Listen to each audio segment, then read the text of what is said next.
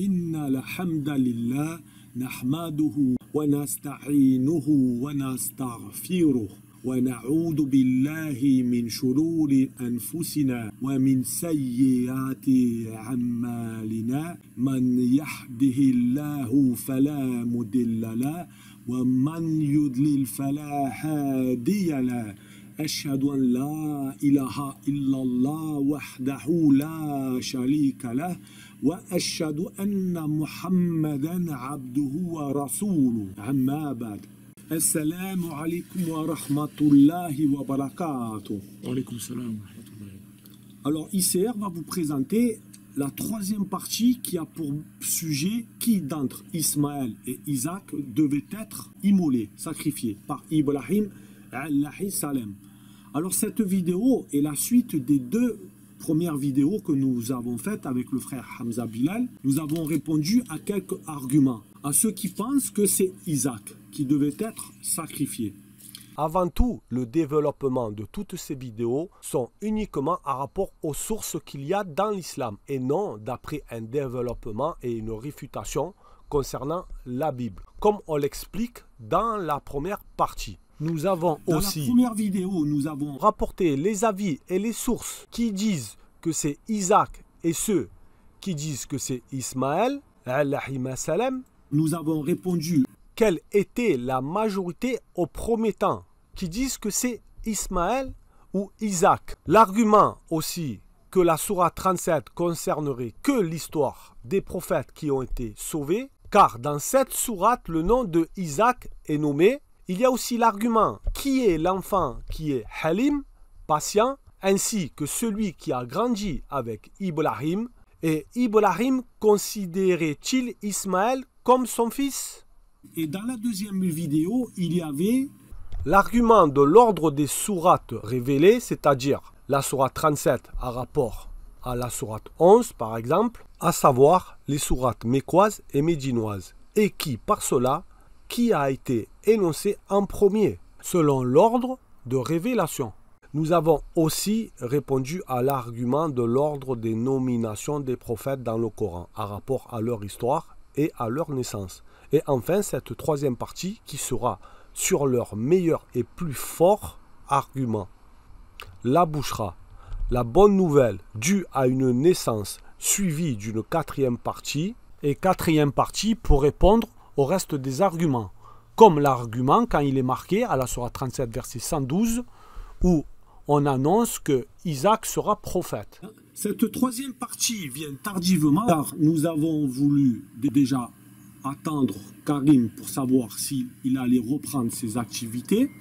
Mais vu cette longue absence et notre travail engagé, nous allons continuer et terminer en répondant au reste des arguments qui n'ont pas été éclairés, afin que leurs arguments ne restent pas sans réponse. Commençons à rentrer dans le vif du sujet en répondant à l'argument qui est pour eux, donc Karim, l'argument le plus fort, que juste celui-là suffit pour permettre de dire que celui qui devait être immolé est catégoriquement Isaac dans la sourate 37. Cet argument est la bouchra dans la sourate 37 en comparaison à toutes les autres bouchra concernant les annonces de naissance dans le Coran, qui, comme je l'ai dit, serait le meilleur argument qui prouverait que celui qui est annoncé dans la sourate 37 versets 100 à 101 est celui qui devait être immolé, est bien Isaac et non Ismaël, comme nous l'a souvent répété Karim. C'est pour eux le meilleur argument irréfutable pour prouver que celui qui devait être sacrifié est Isaac, jusqu'à dire que juste cet argument aurait suffi. Nous sommes d'avis que celui qui devait être immolé est bien Ismaël alayhi salam. Et nous allons répondre justement à cet argument qui est le plus fort, comme je vous ai dit, pour eux. Et si on répond à l'argument le plus fort, en fait, tout le reste tombe. Parce que c'est l'argument le plus fort. Donc si cet argument, c'est l'argument irréfutable, que c'est cet argument qui vient confirmer et appuyer le fait que ce soit Isaac qui devait être sacrifié à un Ismaël, si cet argument tombe, tout le reste tombe. Dans cette troisième partie, nous allons donner la définition de qu'est-ce que la bouchra, suivi par le développement de leurs arguments à rapport à celle-ci. Et dans la quatrième partie, nous répondrons justement à leurs meilleurs arguments. Alors nous allons commencer déjà par qu'est-ce que la bouchra? La bouchra, c'est quoi? C'est traduit par bonne annonce ou bonne nouvelle. C'est ça, bouchra. Il a envoyé les prophètes comme annonciateurs de bonnes nouvelles et avertisseurs. Mubashirin wa munzirin.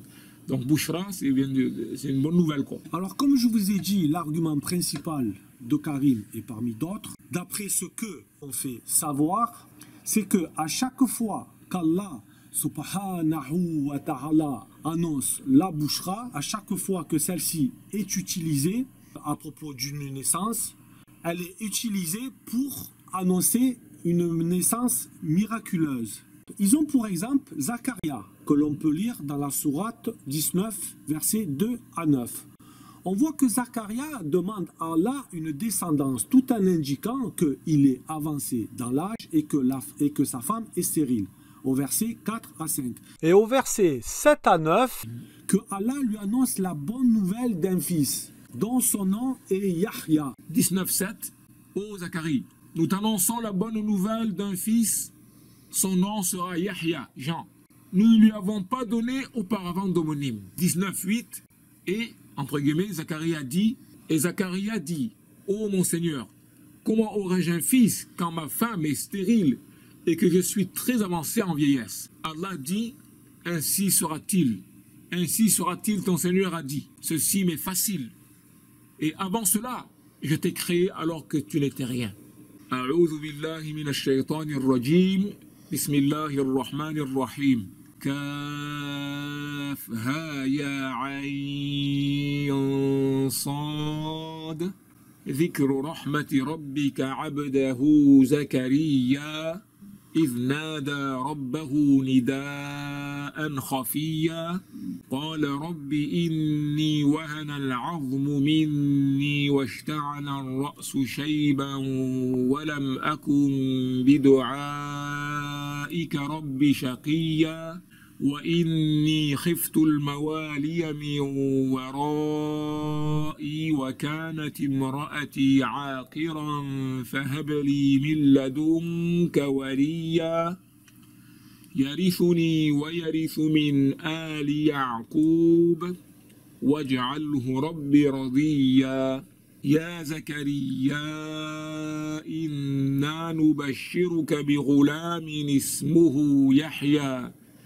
اسمه يحيى لم نجعل له من قبل سميا قال رب أنى يكون لي غلام وكانت امرأتي عاقرا وقد بلغت من الكبر عتيا قال كذلك قال ربك هو علي هين وقد خلقتك من قبل ولم تك شيئا قال رب اجعل لي آية قال آيتك ألا تكلم الناس 3 ليال سويا. Masha'Allah. Puis nous avons la naissance de Jésus pour Marie à la sourate 19 versets 16 à 21 et la sourate 3 versets 45 à 47. Il est dit, mentionne dans le livre, le Coran, Marie, quand elle se retira de sa famille en un lieu vers l'Orient, elle mit entre elle et eux un voile. Nous lui envoyâmes notre esprit, Jibril, qui se présenta à elle sous la forme d'un homme parfait. Elle dit, je me réfugie contre toi auprès du tout miséricordieux. Si tu es pieux, ne m'approche point. Il dit, je suis en fait un messager de ton Seigneur pour te faire don d'un fils pur. Elle dit, comment aurais-je un fils quand aucun homme ne m'a touché et je ne suis pas prostituée? Il dit, ainsi sera-t-il, cela m'est facile, a dit ton Seigneur. Et nous ferons de lui un signe pour les gens et une miséricorde de notre part. C'est une affaire déjà décidée.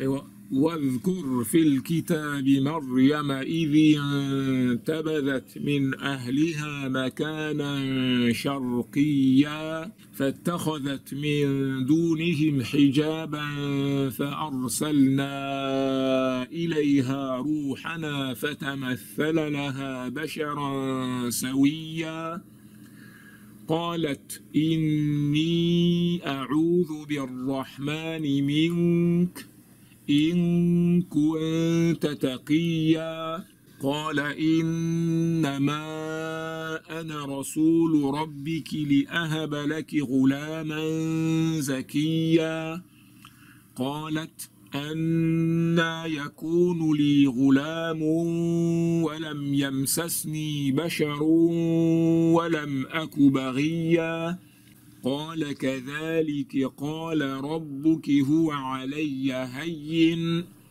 ولنجعله آية للناس ورحمة منا وكان أمرا مقضيا. On voit à la sourate 19 verset 20 et dans la sourate 3 verset 47, elle dit « Seigneur, comment aurais-je un enfant alors qu'aucun homme ne m'a touché ?» C'est ainsi, dit-il, qu'Allah crée ce qu'il veut. Quand il décide d'une chose, il lui dit seulement « sois » et elle est aussitôt. إذ قالت الملائكة يا مريم إن الله يبشرك بكلمة منه اسمه المسيح عيسى بن مريم وجيها في الدنيا والآخرة ومن المقربين ويكلم الناس في المهد وكهلا ومن الصالحين قالت رب أنى يكون لي ولد ولم يمسسني بشر قال كذلك الله يخلق ما يشاء إذا قضى أمرا فإنما يقول له كن فيكون. Alors vous avez vu, comme je vous l'ai dit tout à l'heure, qu'au verset 19, verset 20 et à la sourate 3, verset 47, Mariam dit « Comment aurais-je un fils quand aucun homme ne m'a touché ?» Donc nous voyons en fait que là aussi cette annonce, cette bouchera d'annonce d'enfant est d'origine miraculeuse. Maintenant, il nous reste comme bouchera dans le Coran la naissance miraculeuse d'Ibrahim concernant Ibrahim alayhi salam envers Sarah pour la naissance de Isaac dans la sourate 11 verset 69 à 73 ou au verset 72 où Sarah dit « Malheur à moi, vais-je enfanter alors que je suis vieille et que mon mari que voici est un vieillard ?» C'est là vraiment une chose étrange. À rapport à l'annonce de naissance qu'elle aura, c'est-à-dire qu'elle aura Isaac et après Isaac, Jacob au verset 71. Et à rapport à cela, le fait qu'il y a à la sourate 37 verset 112 le nom de Isaac, ils en ont déduit que l'enfant que aura Ibrahim alayhi salam au verset 37, verset 100 à 101 de la sourate 37, lorsqu'il est dit, nous lui fîmes donc la bonne annonce d'un garçon longanime, cela ne peut correspondre que à Isaac, ayant toujours pour base que à chaque fois qu'il y a eu une annonce de naissance, celle-ci a toujours été annoncée à des personnes qui ne pouvaient avoir des enfants, comme les versets que je viens de vous annoncer. Donc, comme dans la sourate 11, versets 71 à 72, cela correspond à une annonce d'enfant pour une personne qui ne peut en avoir, donc une annonce miraculeuse, une bouchera miraculeuse, et que le nom de Isaac est nommé ainsi sur le fait que Isaac est aussi nommé à la sourate 37, verset 112, lorsqu'il est dit, nous lui fîmes la bonne annonce d'Isaac comme prophète d'entre les gens vertueux, ils en ont déduit que l'enfant annoncé au verset 100 à 101 de la sourate 37 ne peut s'agir que de Isaac aussi, car Isaac est par la grâce d'Allah subhanahu wa ta'ala né miraculeusement, tandis que Ismaël non. Donc l'enfant que devait être immolé au verset 102 à 107 correspond bien à l'immolation de Isaac, nous disent-ils. Pour ceux qui n'auront pas compris, je vais me répéter, c'est-à-dire ils ont regroupé la sourate 37 à la sourate 11, versets 69 à 73. Pour expliquer que l'enfant annoncé dans la sourate 37, verset 101, dont l'immolation que Ibrahim doit effectuer au verset 102, eh bien Isaac. Et la preuve de leur dire, c'est qu'au verset 112, quelques versets plus loin, le nom de Isaac est indiqué. C'est-à-dire que le nom de Isaac qui est cité au verset 112 indiquerait le nom de l'enfant au verset 101 qui n'a pas été cité. En ayant pour base principale que le fait que toutes les boucheras, les annonces de naissance sont de nature, pour eux, miraculeuse, toutes les boucheras, les bonnes annonces de la venue d'un enfant dans le Coran, les seules que nous retrouvons, comme celle de Yahya pour Zacharia, Jésus, Isa pour Marie, ainsi que Isaac pour Sarah dans la sourate 11, versets 71 à 72, sont tous issus de naissance miraculeuse. Et il n'y en a pas d'autres. Donc, dans la sourate 37, il y a l'annonce d'un enfant. Donc, si toutes les boucheras sont de nature miraculeuse, la sourate 37 ne peut qu'annoncer une annonce d'enfant né miraculeusement. C'est ce qui leur permet de dire que l'annonce de la sourate 37, versets 101 à 102, concernant l'immolation, eh bien Isaac. De ce fait, ils vont nous dire, montrez-nous une seule, pas deux, mais une seule annonce d'enfant né non miraculeusement dans le Coran, qui nous permettrait de dire que l'enfant annoncé à la sourate 37, versets 100 à 101, eh bien Ismaël alayhi salam. Car c'est vrai qu'en apparence, si on regarde toutes les boucheras, on pourrait dire qu'elles sont toutes liées à des naissances miraculeuses. Et quand nous disons ce n'est pas parce que toutes les annonces d'enfants que je vous ai annoncées sont d'origine miraculeuse que forcément la sourate 37 versets 100 à 101 devrait l'être aussi par déduction. Karim nous répond, pourquoi aurait-il alors dans cette annonce une exception?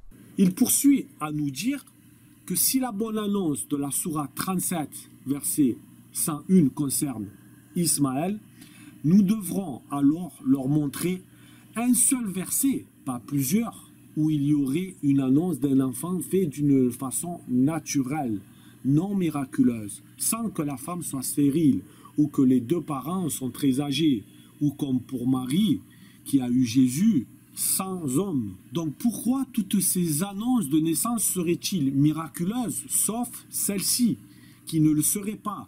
Et c'est justement là que nous allons développer, pour le montrer que bien au contraire, que non seulement la bouchera ne montre pas que des naissances d'enfants nés miraculeusement, mais que c'est justement pas une, mais plusieurs exceptions, par la démonstration de beaucoup de détails qui montrent bien que l'enfant qu'Ibrahim alayhi salam devait immoler est bien Ismaël alayhi salam. Donc je poursuis à dire que c'est justement l'exception qui confirme que la sourate 37, versets 100 à 101 est bien l'annonce d'Ismaël.